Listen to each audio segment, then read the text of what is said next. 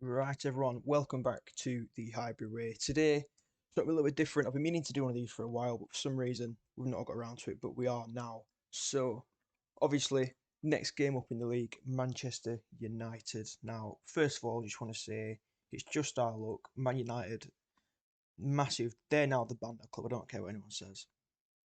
Unfortunately, of course, Ollie would leave just before they play us.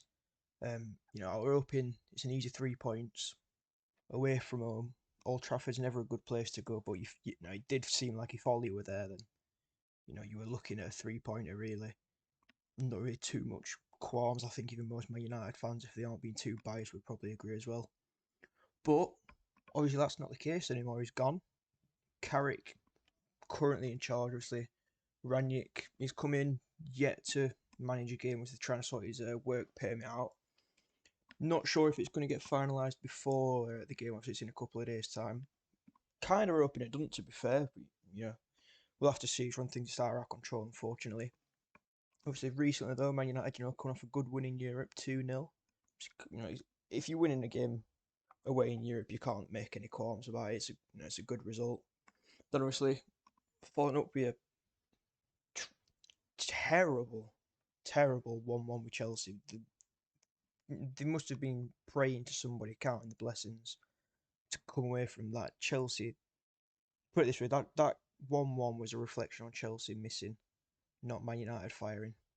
That's all it needs to do. So yeah, completely undeserved against Chelsea. So they're coming in not as bad as they were, well, would have been feeling a couple of weeks ago, but they're still not a Man United side who I think will be firing in confidence. Obviously, no, it's no secret they have a bag of talent and a new manager, albeit a temporary one, and he might not actually be able to manage the game himself.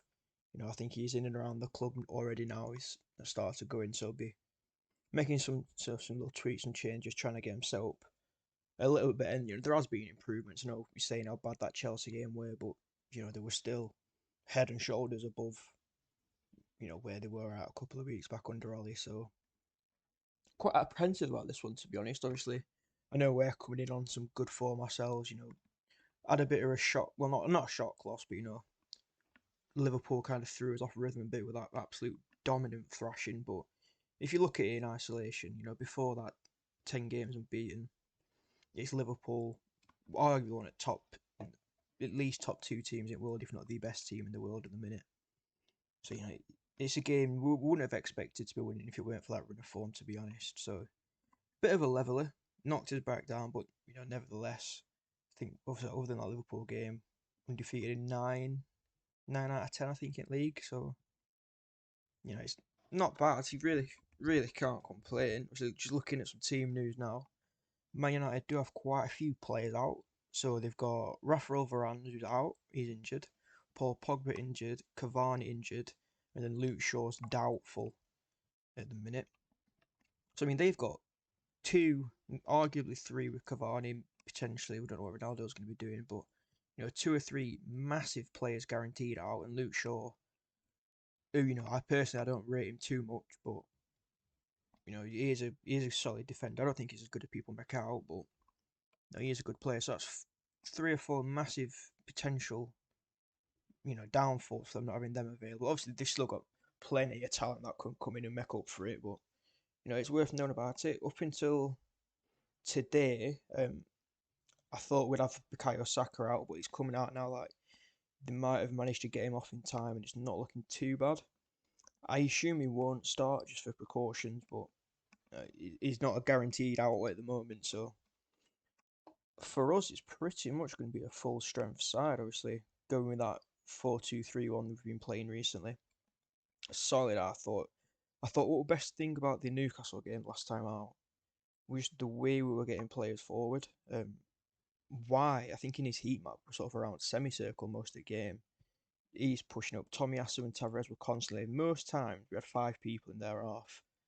Um, and getting players forward like that, you have to think against Manchester United. I think if we do go for that same, fullbacks, wing backs, whatever you want to call them, pushing forward, I think that's where we would actually be potentially a bit of a banana skin. Which they did last time out anyway. Played three at the back.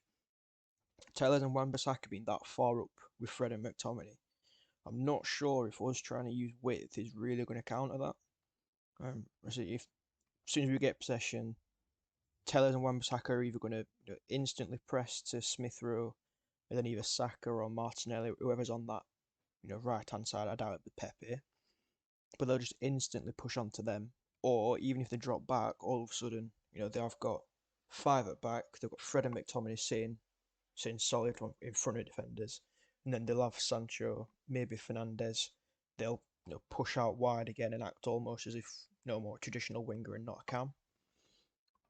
So I really don't think us going wide is going to be too much too much success for this game. I think what we need to focus on more is the small intricate passing. I don't know if you've been seeing any of the training videos that Arsenal's been putting out. They've been doing a lot of sort of rondos. I call them rondos, but I think it might meant to be rondeo. But you know what I mean? It's in a circle, passing it around each other, quick footwork, easy as you like. But they've been doing a lot of them in training. It looks like sort of the bulk of what they've been publishing. So it looks as though that's what Arteta's trying to get into, and I think that's the kind of route where you could really fuck Man United over here. Actually, like I've been saying, I don't think width is going to be doing. I think we're going to have, potentially two or three people marking a wing. So I don't think that's really viable. So I think what might be best is just getting numbers forward, trying to keep it pretty central, looking for underlaps through. Obviously, we know Fred and McFred. Let's face it. I know some Man United fans do seem to think that they are improving and they're going to come good, but I'm not really worried about them. I don't really know many people that are, to be honest. So I think quick passes through or over, even maybe over the top of them, just into a little pocket behind Fred and McTominay. I think then few intricate passes. I think that's where we're going to find most success. Although in saying that, moving on to obviously, what I think the score will be. I do actually think it's going to be very tight. I wouldn't say either team is going to be swinging. Obviously, I think we might be slight favourites. Obviously, just for we've got a bit more stability around the club at the minute. Manager seems to be clicking. Players are doing a lot better. So moving in the right direction. But nevertheless, it is Man United. Last time we played, we were 0-0. Time before that, we won 1-0. Time before that, again, we won 2-0. So it's not typically a high scoring game in the league. So out of the, if I look at last times we've played, so we've won most of them at the minute, to be fair, outscoring 7 goals to their 4. There's been a lot of yellow cards though, so if you fancy a bet on this, I think both teams to be booked. Out of the last 6 games, there's been 28 cards in total. What's that work out per game? So that's 4.6 cards per game, so it might be worth a little. Both teams to be booked, both teams to score on this one. So I actually think it's going to be a 1-1 draw. Trying to think who I think he'll get goals for us. I would have usually said Aubameyang only pops up in games like this, but after that miss against Chelsea, I'm really not confident putting him in there. But you never know; he might come true. Obviously, he's got a little bit of a point to prove now. But I think as long as defending again, we can keep on top of that. Ronaldo's probably going to be starting. Obviously, he got benched pretty surprisingly against Chelsea. So we assume he's going to be back in. He'll be looking to make a running behind probably Ben White on that side. I assume he'll target Sancho with his pace. Obviously, we saw it against Chelsea. If I am really hoping they aren't going to press us like that. Obviously, we do play out from the back, and we do tend to be a team that we will give you opportunities to break us. We've seen that pretty much even Newcastle were doing it towards the end of the game. Pressing us on first touches, so we're trying to play it out and neither quarters out. So we've seen Sancho's done it against Chelsea. So if he does it against us, it's going to be, I think, a ropey, probably half hour where they're really on front foot.